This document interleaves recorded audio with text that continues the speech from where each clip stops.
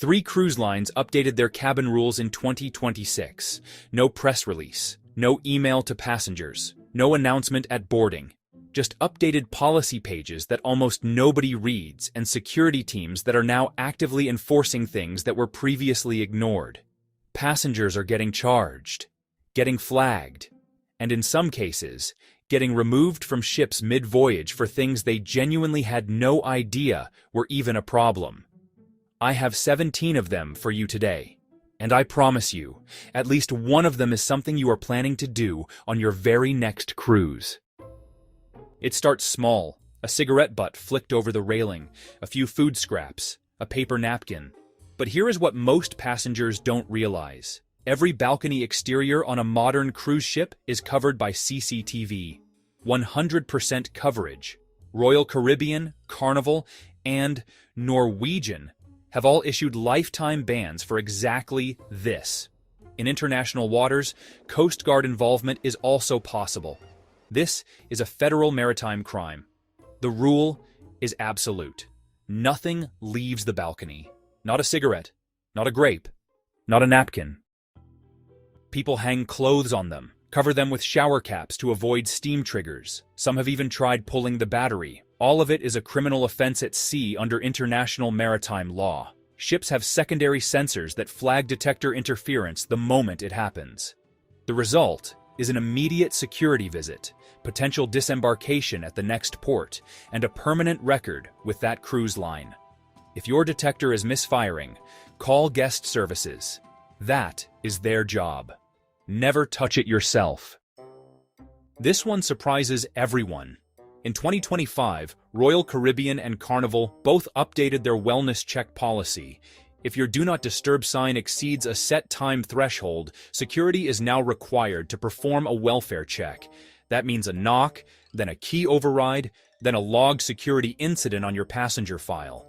Even if you are completely fine. The fix takes 30 seconds. Call guest services. Tell them you are resting and don't want to be disturbed. They log it. No check, no override, no incident on your file.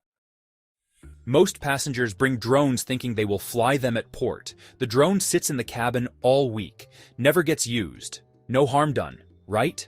Wrong. As of 2025, possession of a drone on board is prohibited on most major lines, not just flying one. Carnival explicitly states confiscation without return. On some itineraries, carrying drone equipment into port countries also triggers customs issues. Leave it at home. The window for drone photography at cruise ports has largely closed anyway. Multiple cruise lines updated their media policies in 2025. Commercial content creation on board, including YouTube, TikTok, and Instagram Reels, now requires pre-approval. In one documented case, a travel creator was escorted off at the next port for posting cabin content without credentials. The cabin is considered private company property. If you create content, apply for media credentials before you sail. Most lines have a press request process. It takes about 2 weeks. Skip that step, and you are taking a real risk. It looks like a hotel phone. It feels like a hotel phone, but calling home from that phone costs between $4 and $15 per minute, routed through satellite. A 10-minute call to family back home is a $150 charge waiting quietly on your final bill. Use the cruise line's app for ship-to-ship calls. For home, use the Wi-Fi package or wait until you are in port. If you sailed 3 or more years ago, room service was probably included, so you order it without thinking. Every major cruise line now charges between $5 and $10 per room service order, plus gratuity. Daily orders across a 7-night cruise add up to a hidden $100 charge most passengers don't notice until checkout. Breakfast is still free on most lines. Everything else? Check the fee before you hit, confirm in the app. Your 26,800 mAh power bank is incredibly useful on port days. It is also subject to confiscation under updated maritime safety rules adopted directly from international airline standards. Anything over 100 watt-hours gets flagged. No compensation. Some lines check at embarkation, others during safety rounds mid-cruise. Check the wattage label on your power bank before you even pack it. Under 100 watt one, and you are completely fine. You found a great bottle of rum at a port market. You bring it back, tuck it in the cabin fridge to chill. Nobody will know. Cabin stewards are required to report outside alcohol stored in fridges. The bottle gets confiscated and held until disembarkation. Some lines now charge a corkage fee on top of that, even for the bottle they just took from you. You don't get a drink, you don't get the bottle back, and you pay for the privilege. Most lines allow 1 or 2 bottles of wine at embarkation only. Hard spirits are a firm no across the board. This is not just about wind tunnels and slamming doors. Modern cruise cabin climate systems are pressure sensitive. Leaving the balcony door open while the air conditioning runs creates a pressure differential that can trigger fire suppression sensors in the cabins next to yours. Not yours. The people 2 doors down get a security visit, and you never even know you caused it. AC on means balcony door closed. The ship's engineering is built specifically this way. You wash your swimwear in the sink and hang it on the railing to dry. Completely logical, totally harmless looking, but this is prohibited under maritime law, not just ship policy. Clothing on railings is classified as a navigation hazard. Items can fall onto the hull or into propeller wash. On Norwegian and MSC ships, this results in an immediate documented warning. Second offense means disembarkation. The retractable clothes line in your bathroom exists for exactly this reason. Most passengers never find it. Now you know where to look. Cabin outlets have 2 or 3 sockets. You pack a regular power strip to charge everything at once. Completely sensible, except as of 2025, this is now actively enforced at embarkation. Surge-protected strips and standard multi-plugs are confiscated at boarding with no return. The danger is real. Cabin outlets are not grounded to residential standards. A household power strip can arc inside the wall system. Bring a non-surge-protected USB charging hub instead. Those are permitted. Check your specific line's policy for the exact specification before you pack. Shoe in the door while you carry in luggage. Bag propped against the frame while you wait for your travel partner. Cruise ship cabins are part of a pressurized fire safety containment system. An open door breaks that design. Beyond that, the auto-lock override logs a security event. On some ships, security is automatically notified after 3 minutes. If you need the door held, ask your steward. They have approved door stops. Yes, that is actually a thing. Ships have documented pest incidents traced directly to food stored in cabins. Cockroaches, ants, all from passengers wrapping food in napkins and bringing it back to eat later. In 2025, major lines put this on the housekeeping radar. Cabin stewards now log it. It goes on your passenger profile. Use room service if you want cabin dining. Most cruise cabin thermostats do not control actual temperature. The dial adjusts airflow percentage. The ship's central system controls the base temperature by zone. Passengers spend entire cruises frantically adjusting a dial that is doing almost nothing. Then they leave a bad review about air conditioning. If your cabin is genuinely too hot or too cold, call engineering, not guest services. Engineering controls the zone and can actually fix it in minutes. On mass market lines, the Minibar is charged individually for every single item. Your drinks package almost certainly does not cover it. You pick up a small bottle of water, the drinks package covers nothing, and you get a charge you were not expecting. On luxury lines like Seabourn and Silversea, the Minibar is usually included. On everything in between, check first. Always. Look at your cruise packing list right now, because I guarantee at least 3 things on that list, things you've packed for years. Maybe your whole cruising life are completely dead weight in 2026 because cruise ships quietly changed and nobody sent you the memo. I've done over 40 cruises, and I still see experienced cruisers dragging these items on board every single sailing. Here are the 10 things you need to stop packing and exactly what changed that made them pointless. You've had it since your first cruise. It's small, it's reliable, it's never let you down. But here's the thing, every single cabin phone on every mainstream cruise ship has a built-in wake-up call service. Your TV menu does the same thing. And then there's that smartphone sitting on your nightstand with 3 backup alarms already set. That little clock is 6 ounces of guilt you're carrying for nothing. Leave it home. Set your phone alarm the night before. Call the front desk if you want a human voice waking you up. Done. You pulled out $400 before the trip, just in case, because you remember when cash was the only way to tip, buy drinks, or pay at the casino, but your SeaPass card, your medallion, your ship app that is your wallet on board now. Every drink, every spa treatment, every casino, chip runs straight through your onboard account. And at ports, a no foreign transaction fee travel card handles everything cleaner and safer than cash. Here's the real problem with cash at sea. It's a target. Pickpocketing at busy cruise ports is very real. Lose $400 in an envelope and it's gone forever. Cancel a card and you recover everything. Carry $50 to $80 for genuine emergencies. The rest stays home. You know the type. Boarding pass printed, cruise contract printed, shore excursion confirmations, luggage tag email, 40 pages, plastic wallet, color-coded tabs. In 2026, every major cruise line boards via QR code on your phone. The Royal Caribbean app, the Carnival Hub app, the Princess Medallion app. Your phone is your boarding pass. Luggage tags are handled at the pier or mailed to your home before you even leave. The one exception, print your travel insurance card, a passport photo backup, and any pre-cruise hotel confirmation. That's genuinely it. The folder stays home. The phone comes with you. Someone told you cruise cabins have weird outlets. 2 sockets, both on the wrong wall, probably European 2-prong, but every ship built in the last decade has US standard 110V outlets, European 220V outlets, and USB-A and USB-C ports built right into the desk and bedside table. Your phone charges directly, no adapter needed. The only nuance, if you're sailing on a very old vessel, check the cabin specs first. But on any mainstream ship launched in the last 10 years, the adapter kit is pure dead weight. 3 charging cables, 0 adapters. Maybe it's Frommer's, maybe it's a Rick Steves paperback, maybe it's a TripAdvisor printout from 2022 that you laminated because you were feeling organized. Here's the problem. Your ship's app shows every port, every excursion, every tender schedule in real time.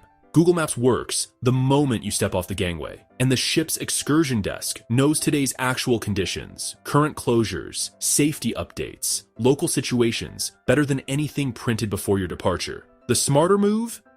Screenshot the port map from the ship's app the night before you arrive. That's your offline guide. Takes 10 seconds. The guidebook is pre-2020 intelligence in a 2026 port. Leave it home. You have a tuxedo or evening gown that has sailed with you since 2008. Formal night used to mean exactly that. Mandatory formal dress. Show up in anything less, and you weren't getting into the main dining room. But between 2019 and 2024, the rules changed fleet-wide. Carnival replaced formal night with cruise elegant, a suggestion, not a rule. Royal Caribbean made formal nights explicitly optional. Norwegian never had them. MSC softened its policy across most itineraries. Why? Passenger complaints. Declining participation. The cruise lines listened. What you actually need now: 1 smart casual dinner outfit, 1 versatile dress or collared shirt. That's genuinely all. One big exception though: Cunard, Silversea, and the top luxury lines still hold the line on formal dress. Check your specific cruise before you decide. But for most people reading this, the tuxedo can stay in the wardrobe at home.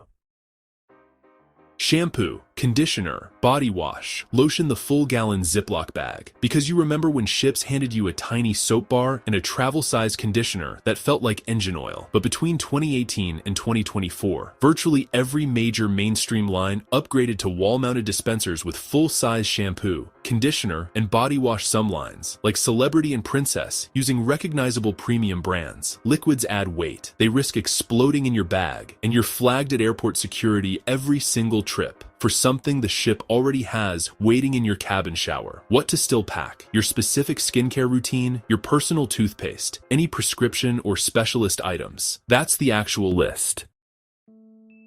You packed a waterproof point and shoot because you wanted good port photos without risking your phone near water. But modern smartphones, even 2022 models, are rated IP68 water resistant and shoot better photos than any camera under $200. The ship also has professional photographers at every major moment, with full digital packages available to purchase. A camera, charger, memory card, and case. That's weight, space, and one more thing to lose at a busy port. One exception, if you're diving to serious depth, a dedicated underwater housing makes sense. For a normal port day, your phone is the camera. You heard cruise ship cabins were outlet deserts, 2 sockets, both on the wrong side of the room, so you packed a power bank to keep everything charged throughout the day. But the cabin redesign wave of 2019 to 2024 added USB-A and USB-C ports at the desk, at the bedside table, and on some ships, in the bathroom too. Multiple devices charge at the same time without anyone fighting over a socket. The nuance, older ships, pre-2015 builds, may still have limited outlets. Check your specific ship before you decide. On modern ships, the power bank is a heavy backup for a problem that no longer exists. Yes, some cruisers still pack these. This is the intervention. If you started cruising in the 80s or 90s, traveler's checks were the gold standard. American Express. You knew the drill. They were safe, replaceable, trusted. In 2026, almost no port merchant, taxi, restaurant, or even bank branch accepts them. They are effectively unusable almost everywhere cruise ships call. A no foreign transaction fee credit card, Charles Schwab, Chase Sapphire, Capital One Venture gives you the exact same protection. Zero loss if stolen. Works everywhere. If you still have traveler's checks from a previous cruise sitting in a drawer somewhere, this is your sign. Avoid the buffet blunder. The moment boarding starts, 3,000 hungry people march straight to the buffet. It's loud, it's crowded, it's chaotic. That's where the rookies go. The pros walk right past it. They head straight to the Solarium Bistro, Park Cafe, or the Local. On embarkation day, most passengers assume these places are closed. While everyone else is fighting over tongs, you're sitting in air-conditioned silence with a fresh sandwich and zero line. This is honestly the closest thing to a VIP lounge. On most modern ships, your lights and air conditioning are controlled by one thing. That slot by the door. If you pull your key card out, the room shuts down. But you don't need your SeaPass card. Use an old library card, a grocery loyalty card, or even a business card. It works perfectly. Your cabin stays cold, your phone keeps charging, and you never panic because you forgot your key in the slot. Be your own bartender. Most major cruise lines allow you to bring 2 bottles of wine per cabin. But here's the trap. Bring that bottle to the dining room and they hit you with a $25 corkage fee. Here's the workaround. Bring a corkscrew.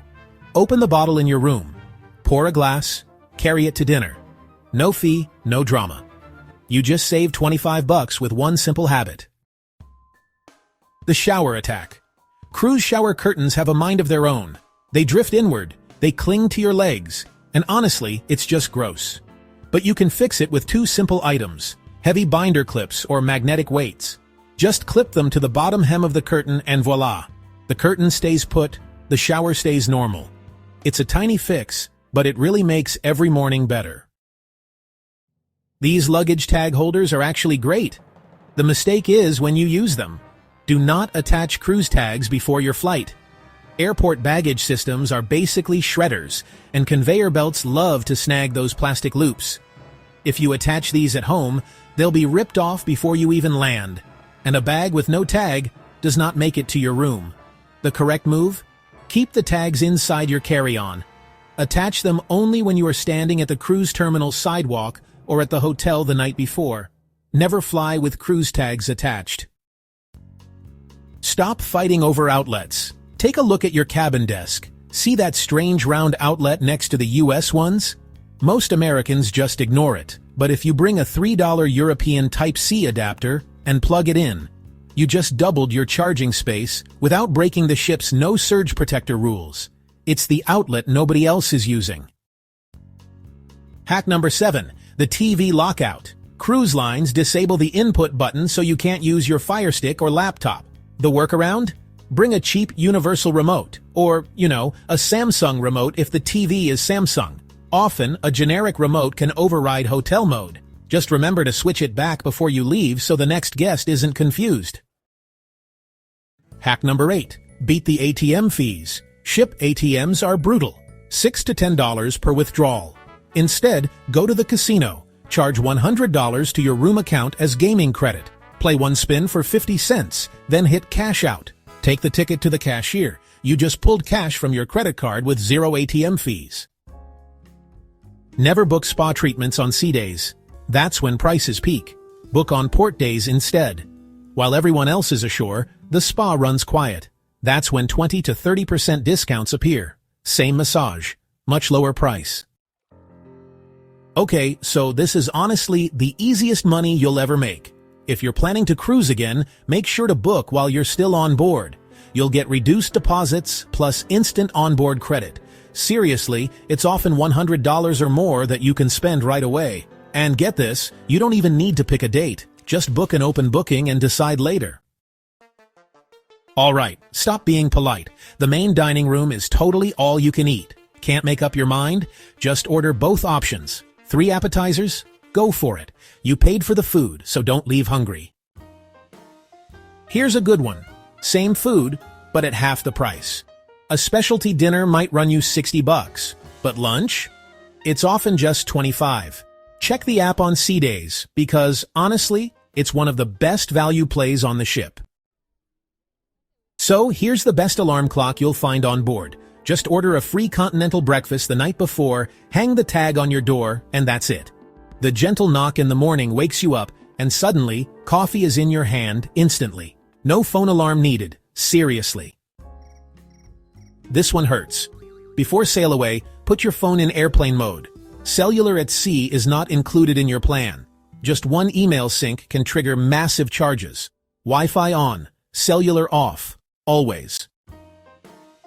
The second bathroom. If 4 people share one cabin, stop fighting the shower line. Go to the fitness center locker room. Bigger showers, better pressure, unlimited towels. It's a free upgrade most people never use. And finally, hack 16. Reverse packing. Your checked bag won't arrive until late afternoon, so pack a survival kit in your carry-on. Swimsuit, medication, chargers. You'll be in the pool by 1 p.m. while everyone else waits in jeans.